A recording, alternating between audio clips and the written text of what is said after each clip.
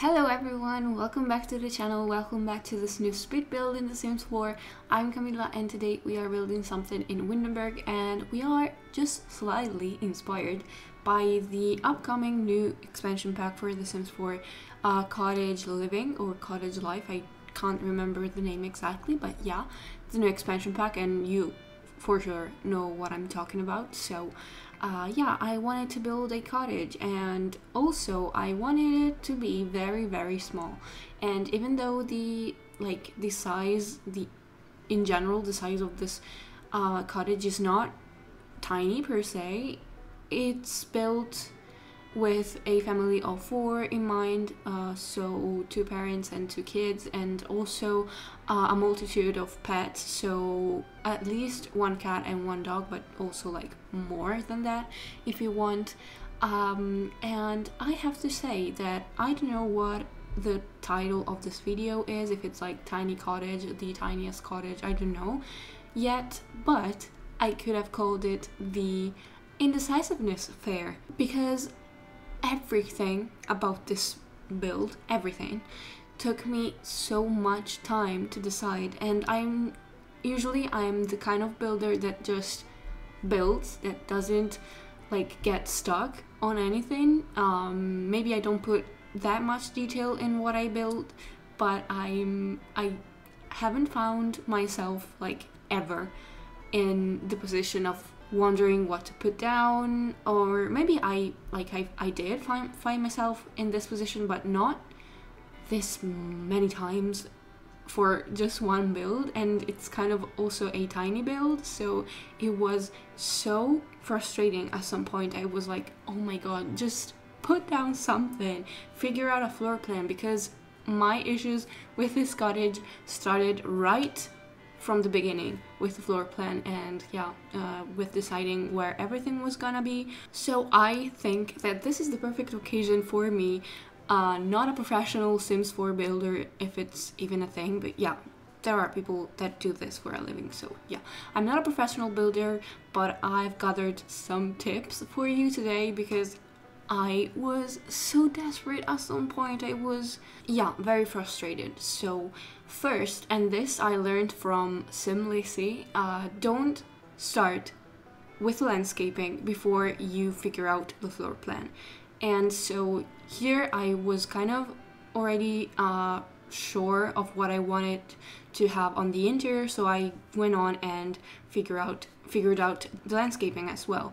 But normally, if you don't know, if you are this like indecisive about a build, don't start with the landscaping and don't like go too much into detail with the landscaping, because if you then realize that you need more space on the inside, you will be doomed, because you already placed your cute little flowers and your cute little plants and your trees and all the terrain paint and everything, and then you have to like delete it. You have to delete everything, or you have to redo everything from scratch, and it's not fun, because it happened to me and it's not fun. Then another tip I would say, it's if you are stuck with an entire room so you don't know where to place stuff, go on to the next one. Like, decorate another room and then come back and look at it with like rested eyes, if you can say it like that, because this time I was very indecisive,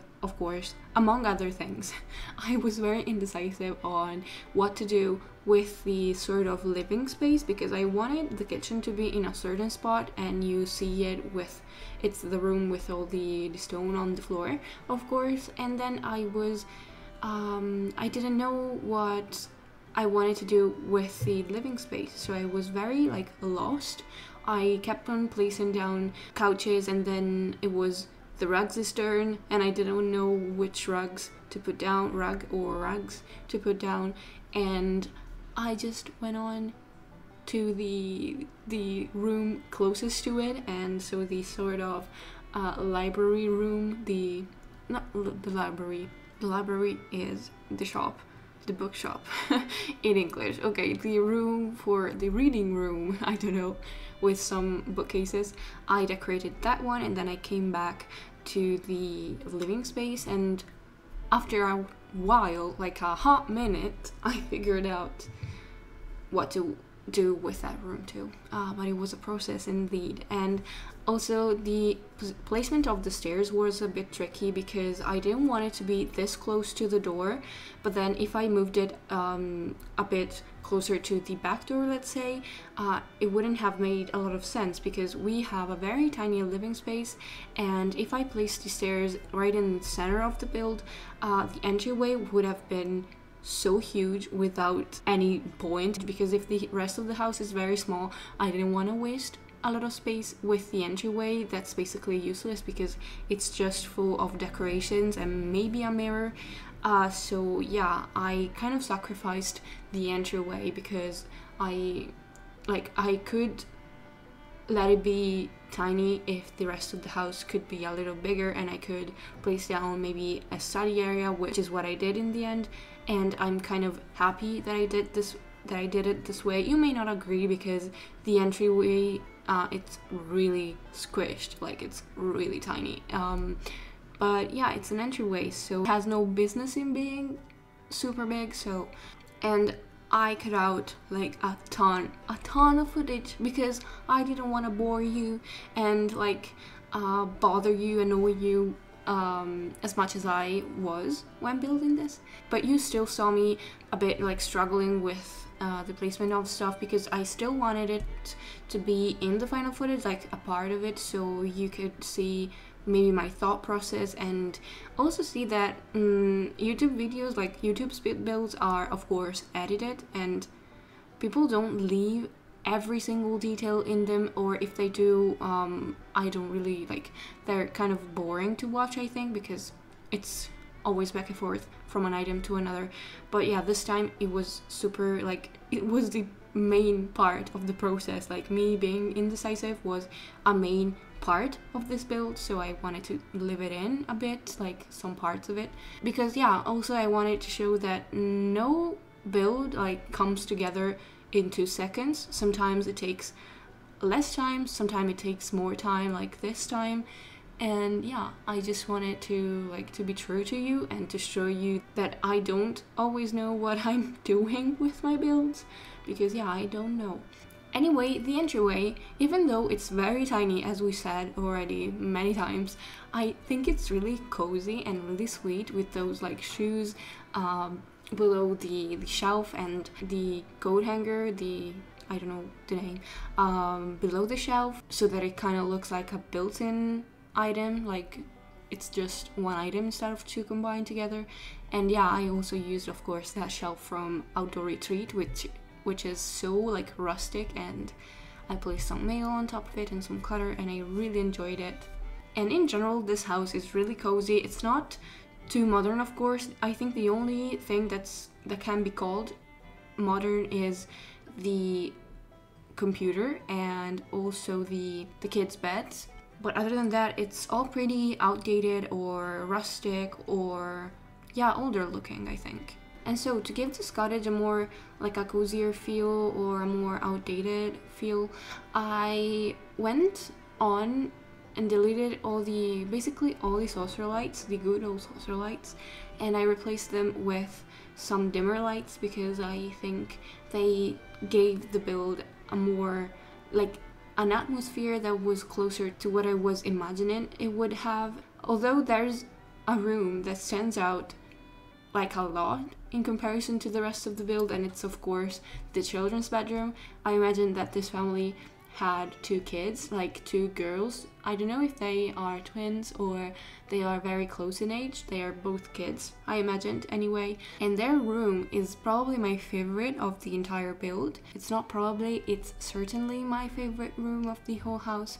It's so colorful and cluttered and so like crafty looking. I think they're both into like drawing and creating stuff manually, so you'll see that I place down a lot of stuff throughout the house that's from the Nifty Knitting pack, so some of those wall decorations and also the kids room stuff, butterflies that are also wall decorations. In general, I think this room is super cute, and I would have loved to have a room similar to this one when I was a kid. and in a way I would still enjoy it now, with some twists of course. But then we have the parents' bedroom, of course, which is much more like calm and tidier and not so cluttered. Actually, some of the walls are pretty bare, but I didn't mind it actually, because there's a ton of stuff going on in this room and it's really small, so leaving some of the walls empty balances it out, I think. I don't know if you agree, but these were my thoughts when I was building it. So lastly, we're gonna decorate the backyard, and there's also sort of side yard with the gardening space that's filled with fake plants, because I wanted it to feel like it was already in use, but you of course can delete the plants and plant your own. Then we have a flower arranging table, some beehives, and those bug hotels, or I never know the name of them, and some stuff to the laundry. We have the clothesline and the wash bucket if you want to have laundry in your game, otherwise you can just delete them, and an outdoor eating space, and the Don't Wake the Llama table in a corner, and also a swing in the front of the house, which I really liked. And so this is it for this build. I really hope that you liked it. If you did, please make sure to leave a like, a comment, and subscribe to the channel if you haven't already. I will see you all in the next video, and have a great day. Bye everybody.